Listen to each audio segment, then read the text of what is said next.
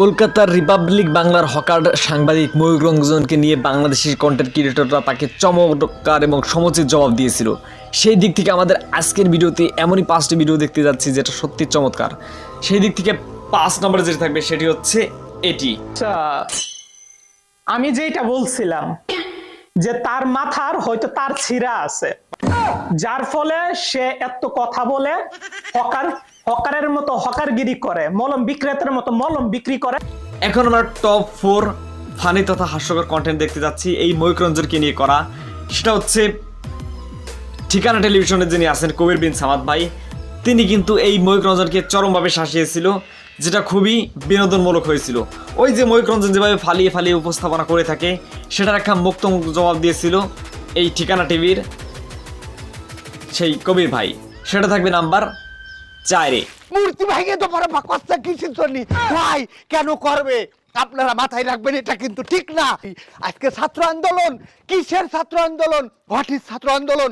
No, এটা ছাত্র আন্দোলন না, এটা চশমা কই। জি স্যার, আমিও তো ওদের তাই বলি। এখন আমরা টপ 3 ফানি তথা হাস্যকরভাবে তৈরি বাংলাদেশের কন্টেন্ট ক্রিয়েটরকে দিয়ে তৈরি ময়ূর রঞ্জনকে নিয়ে ভিডিও দেখতে যাচ্ছি, যেটা হচ্ছে বাংলাদেশের একটা চ্যানেল আছে, সেটা হচ্ছে উজান টেলিভিশন, যারা সবসময় সত্য এবং ন্যায়ের পক্ষে উপস্থাপনা করে থাকে অনেকটা হাস্যকর এবং ফানি বিনোদনের মাধ্যমে। নিউজ প্রেজেন্টেশন যাকে বলা হয়, সে অলরেডি স্টুডিওতে লুঙ্গি পরে ঢুকে যায়, সেটা কিন্তু সত্যি দুর্দান্ত হয়েছিল এবং ময়ূর রঞ্জনকে মোক্ষম জবাব দিয়েছিল যে ভারত থাকবে না, আর তারা বলছে বাংলাদেশ থাকবে না। সেই দিক থেকে আমাদের টপ 3-তে থাকবে এই বক্তব্যটি, যেটা উজান টিভির নাহিদ ভাই চরমভাবে তাকে মোক্ষম জবাব দিয়েছিল, যেটা থাকবে নাম্বার 3-এ। এবং সেই যুদ্ধে মুসলিমরা বিজয় অর্জন করবে এবং বিশেষ করে গাজওয়াতুল হিন্দ হচ্ছে ভারতীয় উপমহাদেশ, যে উপমহাদেশ এখন শ্রীলঙ্কা নিয়ে ভারত নিয়ে সব গঠিত, সেই ভারতীয় উপমহাদেশের সাথে বা ভারতীয় উপমহাদেশের হিন্দুদের সাথে এখন আমরা সেই কাঙ্ক্ষিত 2 নম্বরটি দেখতে যাচ্ছি, বিশেষ করে বাংলাদেশের একজন খ্যাতিমান কন্টেন্ট ক্রিয়েটর এবং ইঞ্জিনিয়ার তুষার ভাই। সে তুষার ভাই কিন্তু শর্টস ভিডিওর মাধ্যমে দারুণ একটা আলোড়ন সৃষ্টি করে দিয়েছিল। বিশেষ করে তিনি ওই যে চট্টগ্রাম দখল হয়ে যাবে বা চট্টগ্রাম 7 সিস্টেম যদি বিচ্ছিন্ন হয়ে যায়, এরকমটি নিয়ে উদ্ভট কথাবার্তা বলেছিল ময়ূর রঞ্জন, সেটার সমুচীন জবাব দিয়েছিল এই তুষার ভাই, যিনি কিংওপলি চ্যানেলে একজন অন্যতম ওনার। সেই দিক থেকে তালিকার 2 নম্বরে যেটি থাকবে সেটি হচ্ছে এটি। এই মুহূর্তে উত্তর পূর্ব ভারতের এই মুহূর্তে কোনো সমুদ্র পথ নেই। অসম বা ত্রিপুরায় কোনো জিনিস ভারতের এক প্রান্ত থেকে আরেক প্রান্তে কোনো জিনিস জাহাজ করে আনতে গেলে অনেক টাকা দিতে হয়, অনেকটা ঘুরে আসতে হয়। চট্টগ্রাম যদি এখন আমরা সর্বশেষ সেই কাঙ্ক্ষিত 1 নাম্বার ভিডিওটি দেখতে যাচ্ছি, যেটা এই হকার সাংবাদিক ময়ূর রঞ্জনকে মোক্ষম জবাব দিয়েছিল। তিনি হচ্ছেন আর কেউ নয়, স্বপন আহমেদ।